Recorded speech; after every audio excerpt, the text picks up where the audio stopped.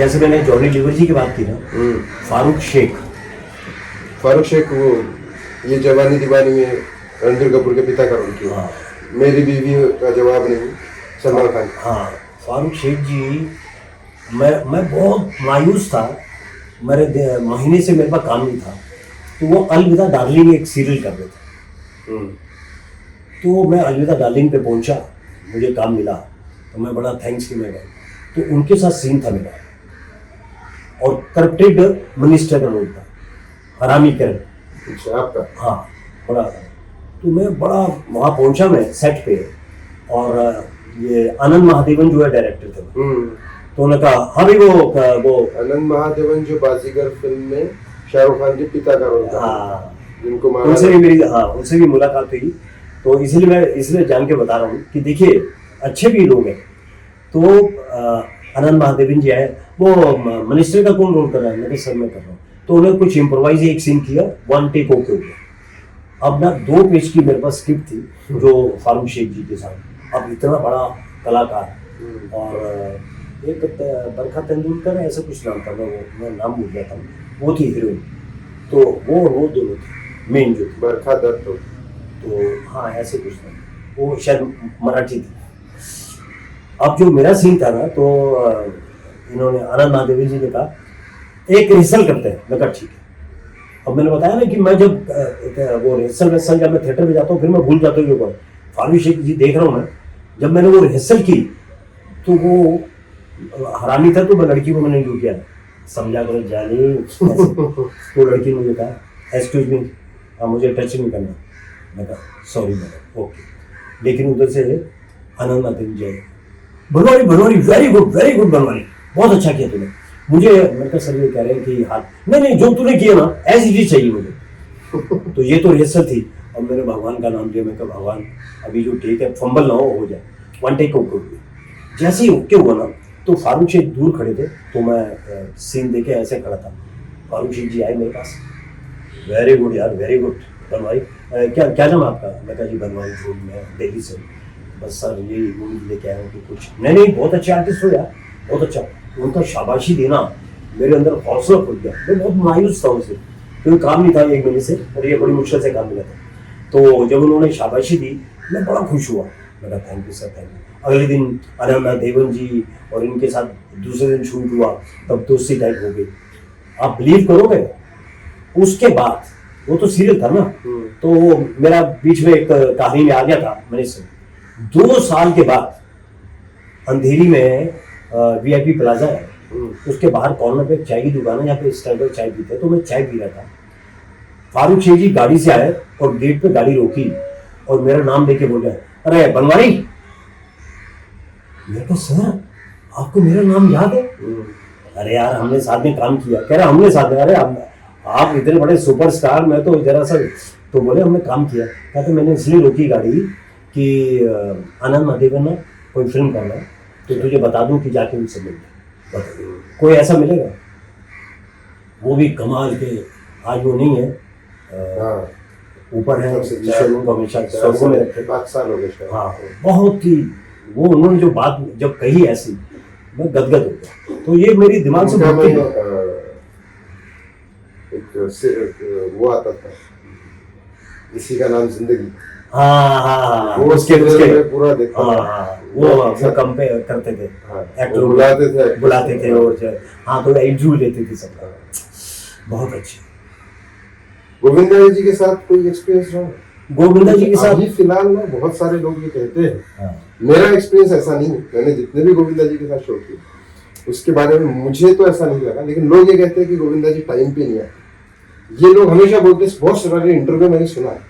लेकिन मेरा जो एक्सपीरियंस है गोविंदा जी के साथ, वो मुझे फोन करते थे 1 घंटा पहले कि गणेश स्टेज वेज रेडी है, सब कुछ रेडी है, मैं पहुंचूं? बोला सर मेकअप वेकअप करना है। तो आज नहीं, मेकअप मैं करके आ रहा हूँ। तो बोला सर रुको अभी आधे घंटे बाद आओ। तो ये तो मेरा एक्सपीरियंस है कि सर टाइम पे ही आए। लेकिन अब ये लोग बोल रहे हैं, ये सच है या क्या है? ये तो मैंने भी बहुत सारे लोग बोल रहे हैं। मैंने भी ये सुना है कि गोविंदा जी टाइम से नहीं आते थे। शिकायत सुनी और उनकी तारीफ भी सुनी। क्योंकि कई सारे लोग बोलते थे कि 8 बजे की शिफ्ट 8 बजे तक होती थी। हाँ, ये भले आते थे 2 बजे, 4 बजे तक काम खत्म। हाँ, ये मैंने भी सुना। कि वो आते लेट थे, लेकिन उनके 4 सीन है, वो 4 सीन टाइम से पहले दे देते थे। इसका मतलब होमवर्क करके आते थे वो। अब वो होता है कि ये कह नहीं सकते, लेकिन उससे क्या होता है, उनको स्क्रिप्ट ऐसे हम देते थे, हाँ स्टेज पे क्या बोलना है वो तो हाँ, बस 1 मिनट दिया और वैसे की वैसे उन्होंने, थोड़ा इम्प्रोवाइजेशन तो होता है, वैसे की वैसे उन्होंने, कॉमेडी हमेशा इम्प्रोवाइज होती है, हाँ, क्योंकि और उसका उसी अपना स्टाइल होता है, स्टाइल होता है।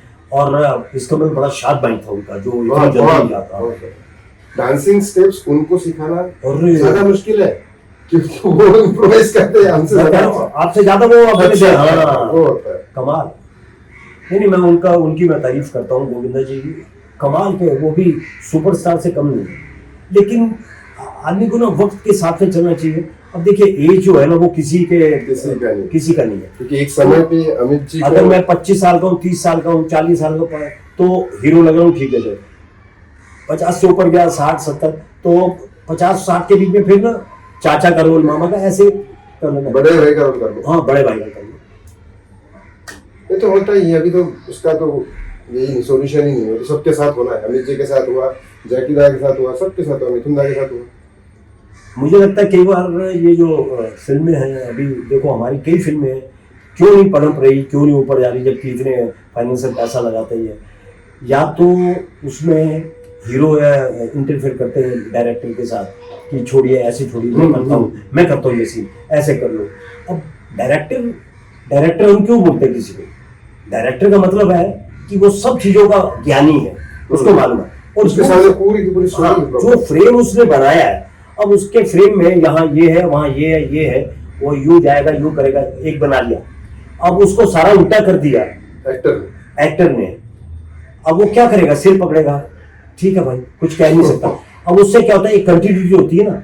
अब मैं सपोज अभी मैं यहाँ से निकलूं, या आपका जो प्रोग्राम है, आप जब घर से मेरे पास आए, मैं यहाँ से ये चलूंगा, वहां से वो पकड़ूंगा, ये एक बनाए ना, और मैं कहूँ नहीं पकड़ो नहीं, पहले आप वहां जाओ, फिर वहां से वहां जाओ, उल्टा हो गया ना, उल्टा हो गया। तो ये शायद इससे एक और क्वेश्चन ऐसा है, आखिरी क्वेश्चन, आपका बहुत टाइम ले लिया मैंने, क्षमा चाहता हूं इस बारे में। नहीं, एक ये है कि पहले की फिल्म, आज मैं देखता हूँ कि मैं 90s की फिल्मों का आज भी दीवाना हूँ। मैं फिल्म देखता हूँ तो आज आंखों में रोना आता है उस फिल्म को। राजा बाबू, कई सारे आपकी फिल्में हैं, कई सारे ऐसी फिल्में हैं जो शाहरुख खान बाजीगर में लास्ट में मरता है तो हमें भी रोना आता है, अमित जी जब लास्ट में मरते थे तब हमें भी रोना आता था। तो यहाँ तक सब कुछ, पहले की फिल्म कुछ अलग थी जो हमें इमोशनल रखती थी, एक्शन भी था, इमोशनल रखती थी, रिश्तों को निभाती थी। प्यार का देवता मिथुन साहब की फिल्म के आज भी भाई बहनों का प्यार हमें दिखता है। मैं ओल्ड वाला फैशनेबल नहीं हूँ, न्यू जनरेशन भी समझता हूँ, लेकिन वो इमोशन कहीं ना कहीं मिस्टेकन हो गए। बागबान के बाद थोड़ा सा गायब से हो गए। देखिए अब जो ओटीटी पे दिख रहा है वो मतलब जनरेशन को खराब किया जा रहा है, क्योंकि ये फिल्में जो थी ना, मैं ये नहीं कहता कि आज संतोषी माता उस स्टाइल में बनाओ, लेकिन कुछ तो ऐसा बनाओ जनरेशन को टेक्निकली अच्छा बनाओ, कंसेप्ट वाइज, स्टैंडर्ड वाइज आज के डेट में बनाओ, लेकिन वो इमोशन, हाँ नहीं, 2-3 चीजें हैं। कई जगह तो मुझे लगता है कि स्टोरी राइटर जो है ना, वो जो डायरेक्टर या फाइनेंसर जो है, वो जानबूझ के नहीं यार इसको थोड़ा इधर मोड़ो, ये मोड़ो, इसमें गर्म सीन डाल दो, इसमें वो डाल दो। तो या तो वहाँ पे वो राइटर जो है अगर लिखता है तो वो पैसे के लालच में कि अगर मुझे मिल रहा, मुझे क्या है, मुझे 1 करोड़ मांग रहा था, 2 करोड़ दे रहा है कि तू ये डाल दे और ये लिख, तो या तो उस चक्कर में राइटर को अपनी इमेज, जैसे मैंने कहा फ्रेम है, उसी फ्रेम के साथ चलना चाहिए, जो है होना चाहिए। और फिल्म मजा देखने का वही है कि हम फैमिली के साथ देख सकें, पूरी फैमिली। और दूसरा क्या हो गया है, पहले महमूद जी थे, जॉनी वॉकर जी थे, हैं, तो जब हम फिल्म देखते थे जॉनी वॉकर आते थे या केशव मुखर्जी, तो उनके आते ही एक तो आती मुस्कुराहट आती थी, क्योंकि अब हीरो ही सब चीज कर ले तो क्या होता है कि वो खिचड़ी वाली बात होगी, सब मतलब एक ही आदमी होता है, तो इनकी इमेज खत्म हो गई। अब ये कॉमेडी अगर आएंगे भी तो क्या, अभी तो वो करके गया, तो मतलब वो कॉमेडी एक अनबैलेंस सी लगती है कि भाई हाँ देख ले यार कितनी बार हंसे। मुझे जैसा लग रहा है, मैंने जितने ओटीटी सीरीज देखी है पर्सनल, ओटीटी सीरीज में और फिल्मों में कॉमेडी का रोल दोस्त का ये कर रहा है जो यंग में, जो जॉनी लीवर साहब, आप हो गए, दादा कोंड के मराठी के हो गए, ये जो कॉमेडी करते थे अलग एक कॉमेडी का इम्पैक्ट अलग रखा जाता था, ये अलग एक ग्रुप है कॉमेडी करेगा। भाई भगवान ने हमें बनाए, कॉमेडी दी है, कूट कूट के भरी है। अब वो नहीं रहा, पता नहीं रहा। वो सीरियल पे जरूर गया है। जब मौका नहीं मिले तो कैसे करेंगे? अब जॉनी लीवर जी को आप धक्का तो नहीं दे कि तू कर जाके, सपोज हीरो कर रहा है, उसको दिया ही नहीं है कि वो भाई ऐसा कोई सीन या उस फिल्म में वो है ही नहीं। सपोज हम है, अब हमें कॉमेडी करने को ना मिले, मतलब लाला जी का रोल है लेकिन लाला जी का सिंपल सा रोल है, तो अब क्या डायरेक्टर जैसा चाहेगा वैसा हमें करना पड़ेगा। हम अपनी मर्जी कर नहीं सकते। अपनी मर्जी करेगा हीरो, क्योंकि उसके ऊपर सारा बेस है।